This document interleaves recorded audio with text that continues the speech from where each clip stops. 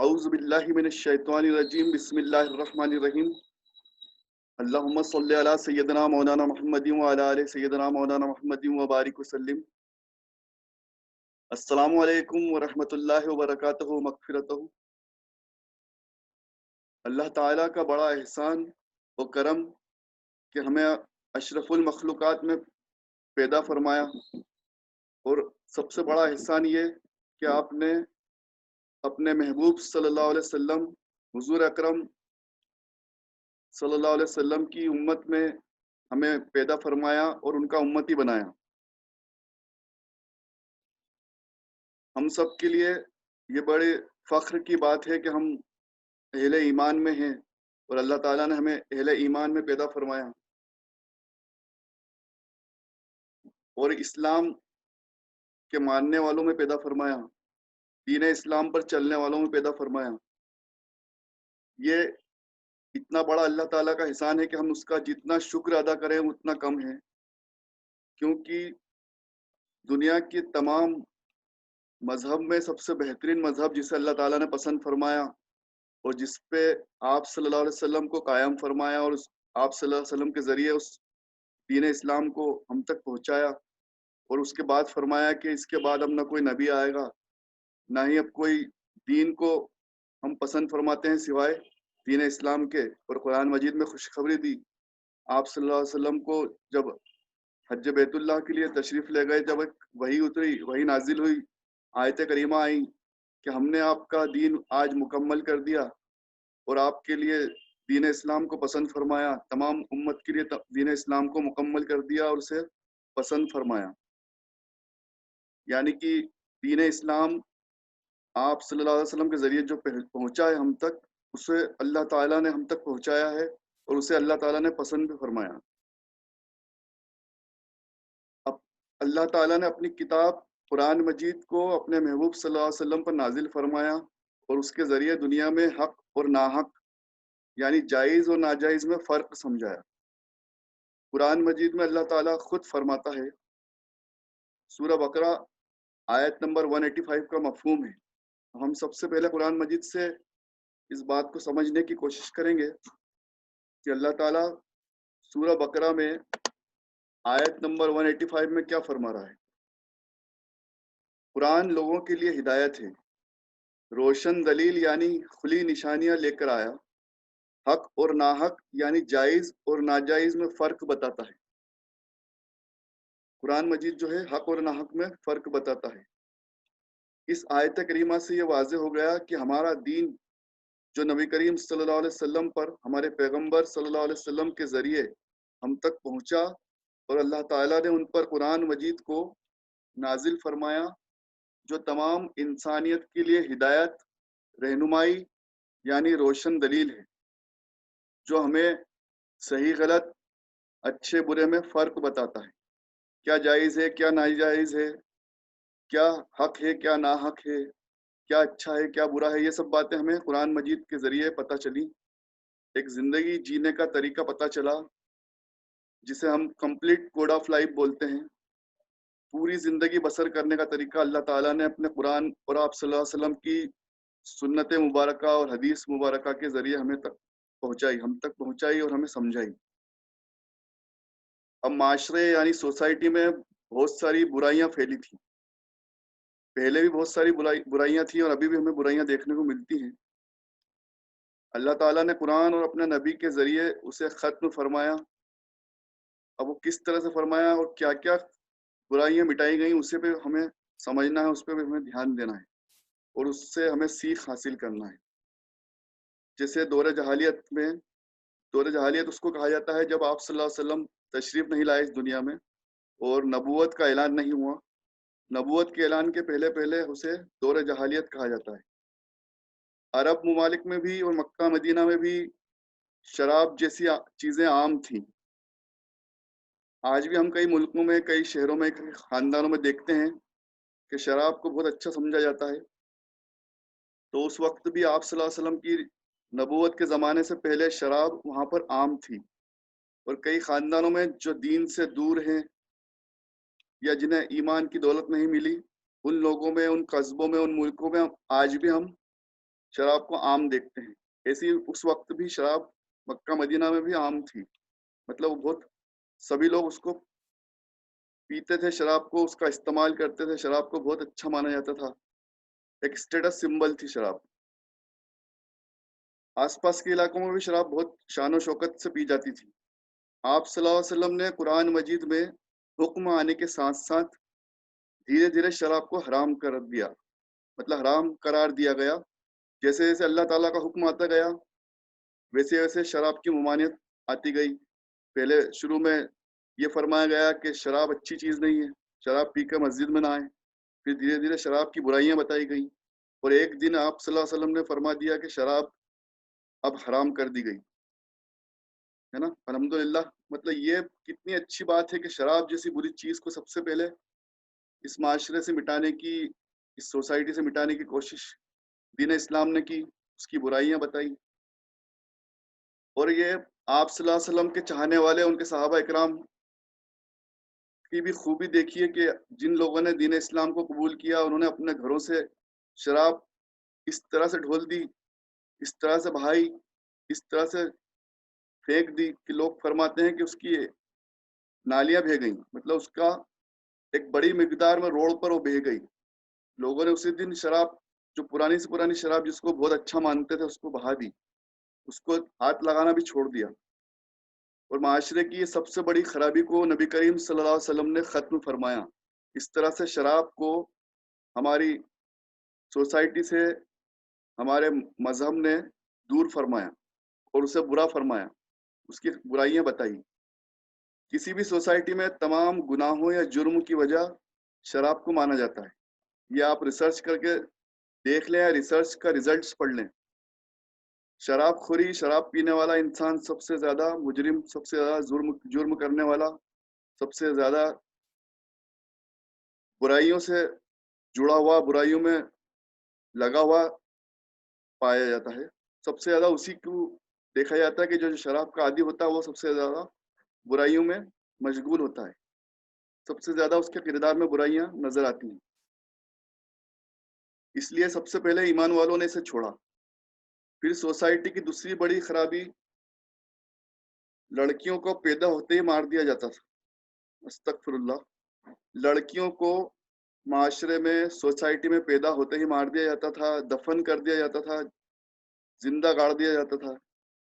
اس برائی کو، جو سب سے بڑی برائی مانی جاتی ہے اس وقت کی، اس برائی کو بھی میرے آقا صلی اللہ علیہ وسلم نے ہی ختم فرمایا اور دنیا کو لڑکی سے محبت کرنا سکھایا، لڑکی کا مقام بتایا، لڑکیوں کا رتبہ، یہ سب چیزیں آپ صلی اللہ علیہ وسلم کے ذریعے دین اسلام نے سوسائٹی کو بتائی کہ لڑکی کا کیا رتبہ ہے، لڑکی اور لڑکے میں کوئی فرق نہیں کرنا ہے۔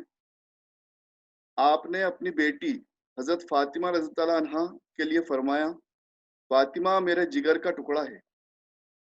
اب اس بات سے ہمیں سب چیز واضح ہو گئی کہ آپ صلی اللہ علیہ وسلم نے لڑکیوں کا کیا مرتبہ بتایا، کیا رتبہ بتایا، کیا مقام بتایا۔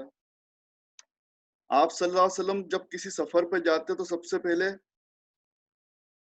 سب لوگوں سے ملاقات کرتے اور سب سے آخری میں اپنی بیٹی سے ودا لیتے، یعنی رخصتی لیتے، کیونکہ وہ سب سے آخر میں ان سے مل کے جاتے، اس لیے سب سے آخر میں جاتے وقت آپ صلی اللہ علیہ وسلم اپنی بیٹی حضرت فاطمہ رضی اللہ عنہ سے ملتے، اور جب سفر سے لوٹ کر آتے تو سب سے پہلے اپنی بیٹی فاطمہ رضی اللہ عنہ سے ملاقات کرتے۔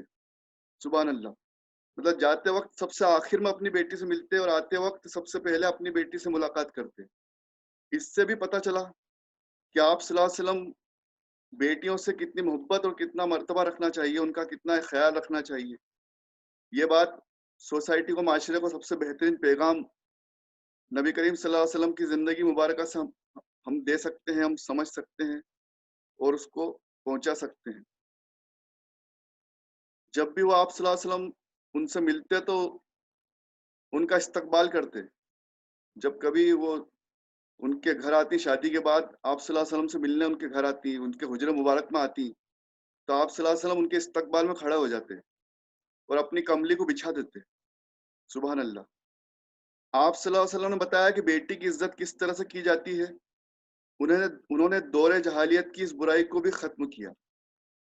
آپ نے عورتوں کو یعنی خاتونوں کا مقام بتایا، ان کی عزت کرنا سکھایا، عورتوں کا کیا مقام ہے، ان کی کیا عزت ہے، ان کا سہارا بننا، ان کا احترام کرنا، یہ بھی سکھایا۔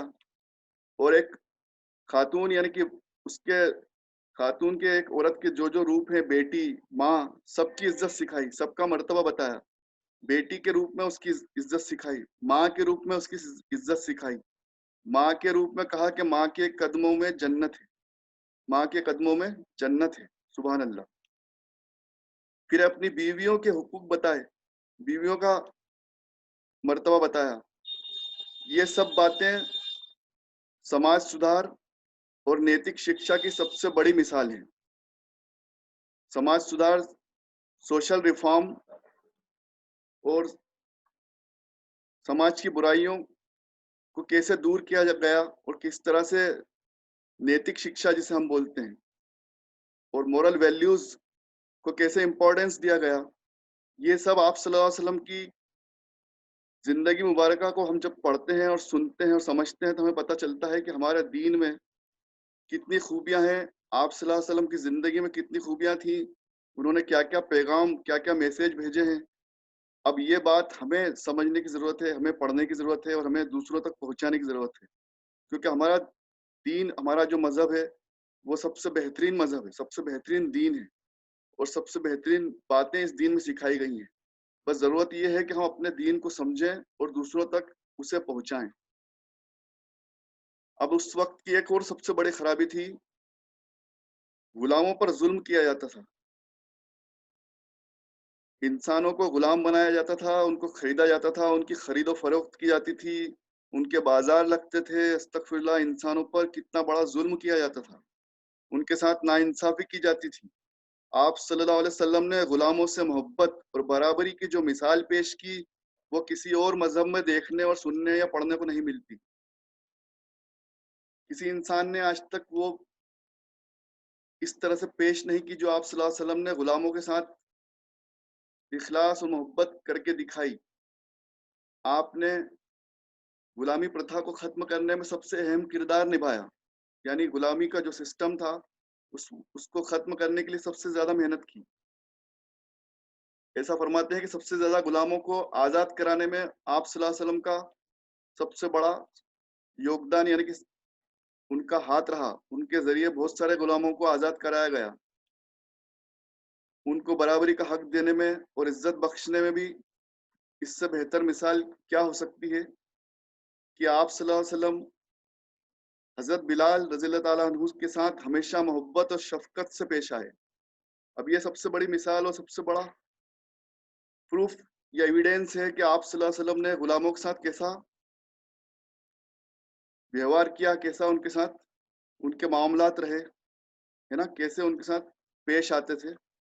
یہ بات ہمیں سمجھنے کی ہے اور دوسروں تک پہنچانے کی ہے کہ ہمارے دین نے، ہمارے مذہب نے غلاموں کو کس طرح سے برابری کا حق دیا۔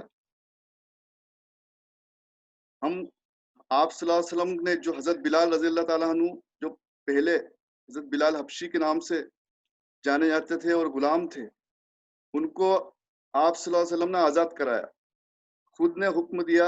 حضرت ابوبکر صدیق رضی اللہ عنہ نے ان کو بازار سے ان کے مالک سے خریدا، انہیں آزاد کرا اور آپ صلی اللہ علیہ وسلم کی بارگاہ میں پیش کیا۔